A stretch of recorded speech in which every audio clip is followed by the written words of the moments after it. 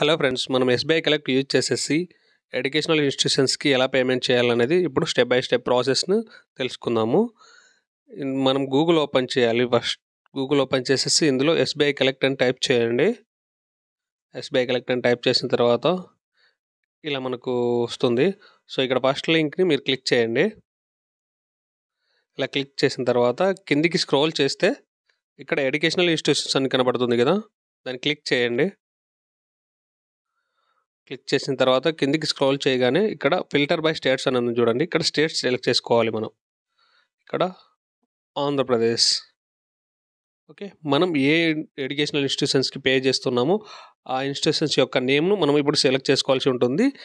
ఇక్కడ వచ్చేసేసి నేను ఏపీ త్రిపుల్ ఐటీస్కి సంబంధించిన ఆర్జీకేటీ ఆర్కే వ్యాలీ యొక్క కాలేజ్ యొక్క ఫీజును పే చేయాలనుకుంటున్నాను. సో నేను ఇప్పుడు ఆ కాలేజీ నేమ్ను సెలెక్ట్ చేసుకోవాల్సి ఉంటుంది. ఇక్కడ డైరెక్టర్, సో 4 లెటర్స్ టైప్ చేయగానే ఇక్కడ కిందికి స్క్రోల్ చేయగానే director RGKT AP triple IT RK valley అనేది కనపడుతుంది కదా. సో ఇది క్లిక్ చేయండి. నేను సెలెక్ట్ చేసేసుకున్నాను.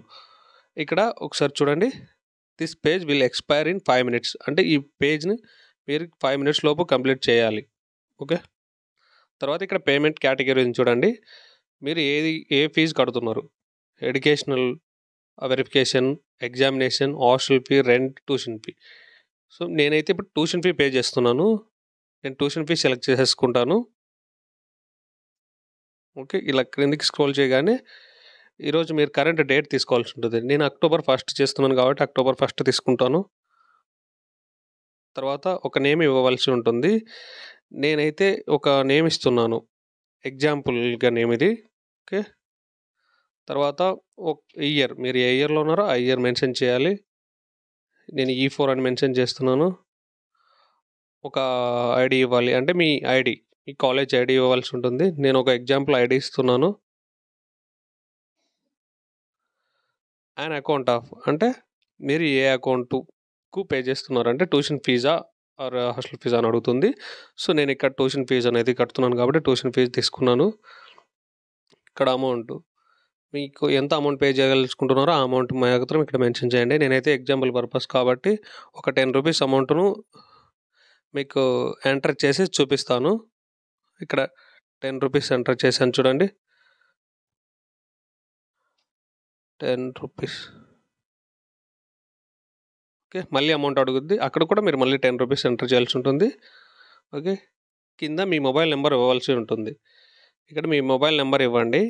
ఇది ఖచ్చితంగా స్టూడెంట్దే మొబైల్ నెంబర్ ఇవ్వాల్సి ఉంటుంది, ఎందుకంటే వాటికి ఓటీపీస్ వస్తాయి. కాబట్టి మీరు మొబైల్ నెంబర్ అనేది మీదే ఇవ్వండి. ఓకే, మొబైల్ నెంబర్ ఇచ్చిన తర్వాత మీ మెయిల్ ఐడి అడుగుతుంది. మీకు మెయిల్ ఐడి కూడా ఇచ్చేయండి. మీ కాలేజ్ మెయిల్ ఐడి ఆర్ మీ పర్సనల్ మెయిల్ ఐడి ఏదైనా ఇవ్వచ్చు. అలా ఇచ్చిన తర్వాత కిందికి స్క్రోల్ చేయండి. ఇలా స్క్రోల్ చేస్తే కింద క్యాప్చా ఉంటుంది. అండ్ క్యాప్చా కూడా మీరు ఎంటర్ చేయాల్సి ఉంటుంది. క్యాప్చా ఎంటర్ చేసిన తర్వాత కిందికి స్క్రోల్ చేస్తే ఇలా నెక్స్ట్ అనే ఆప్షన్ వస్తుంది. సో నెక్స్ట్ని మీరు నెక్స్ట్ ప్రెస్ చేయండి. ఇలా నెక్స్ట్ ప్రెస్ చేస్తే నెక్స్ట్ పేజ్కి వెళ్ళిపోతుంది. ఇక్కడ మీరు మళ్ళీ ఒకసారి వెరిఫై పేమెంట్ డీటెయిల్స్ అని చూపిస్తుంది కదా, ఇక్కడ ఒకసారి మళ్ళీ క్రాష్ వెరిఫై చేసేసుకోండి. సో నా నేము, నేను ఇవన్నీ చూసేసుకున్నాను. ఐడి, నేము ఐడి అనేది మోస్ట్ ఇంపార్టెంట్. సో అవి ఒకసారి మళ్ళీ క్రాస్ చెక్ చేసేసుకొని ఇక్కడ మళ్ళీ నెక్స్ట్ అనే ఆప్షన్ ఉంది కదా, అది మళ్ళీ ప్రెస్ చేయండి. ప్రెస్ చేసిన తర్వాత ఇప్పుడు మనం పేమెంట్ సెక్షన్కి వెళ్ళాం. ఇక్కడ పేమెంట్ సెక్షన్లో నెట్ బ్యాంకింగ్ ఉంది. మీకు నెట్ బ్యాంకింగ్ ఉంటే నెట్ బ్యాంకింగ్ ద్వారా పే చేయండి. కార్డ్ ఉంది, కార్డ్ ద్వారా RuPay debit card and credit card కూడా ఆప్షన్ ఉంది. ఇక్కడ క్రెడిట్ కార్డ్ చేయొచ్చు. కింద అదర్ పేమెంట్స్ ఉంది కదా, అదర్ పేమెంట్స్ మోడ్లోకి వస్తే బ్యాంక్ ఛార్జెస్ అని 59 రూపీస్ చూపిస్తుంది కదా, ఇది సెలెక్ట్ చేసేసుకుంటే మీకు ప్రింట్ వస్తుంది. ఆ ప్రింట్ తీసుకెళ్ళి బ్యాంక్లో ఇవ్వాలి. దానికి 60 రూపీస్ ఛార్జెస్ చేస్తారు. సో దీన్ని మ్యాక్సిమం అవాయిడ్ చేయడానికి ట్రై చేయండి. కిందికి స్క్రోల్ చేస్తే బ్యాంక్ ఛార్జెస్ 0 అని చూడండి, యూపీఐ పేమెంట్స్. సో ఇది ఫోన్పే ద్వారా మనం పే చేయాల్సి ఉంటుంది కాబట్టి నేను యూపీఐ పేమెంట్ని సెలెక్ట్ చేసేసుకున్నాను.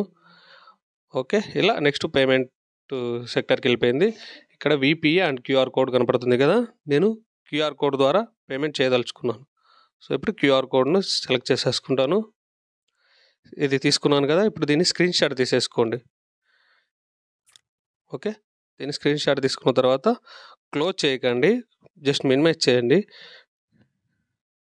మినిమైజ్ చేసి ఫోన్‌పేలోకి వెళ్ళి మనం ఫోన్‌పేలోకి వెళ్ళిన తర్వాత ఇలా ఇలా ఓపెన్ చేసేస్తే మీ స్క్రీన్ షాట్ తీసుకున్నారు కదా,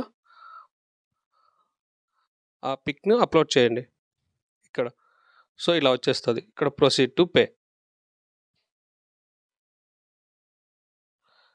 ఇలా పేమెంట్ చూపిస్తుంది. ఇలా పేమెంట్ చేసేస్తే ఇలా పేమెంట్ అయిపోతుంది. మనకిప్పుడు పేమెంట్ సక్సెస్ఫుల్ వచ్చేసింది కదా, పేమెంట్ సక్సెస్ఫుల్ అని వచ్చేసింది. సో ఆర్జీకేటీఆర్కేఎల్కి మనం పేమెంట్ చేయడం జరిగింది. మనం ఇప్పుడు బ్యాక్ వెళ్తే మనకు రిసిప్ట్ ఇక్కడ జనరేట్ అవుతుంది. ఓకే, ఇక్కడ పేమెంట్ సక్సెస్ఫుల్ అని కనపడింది కదా.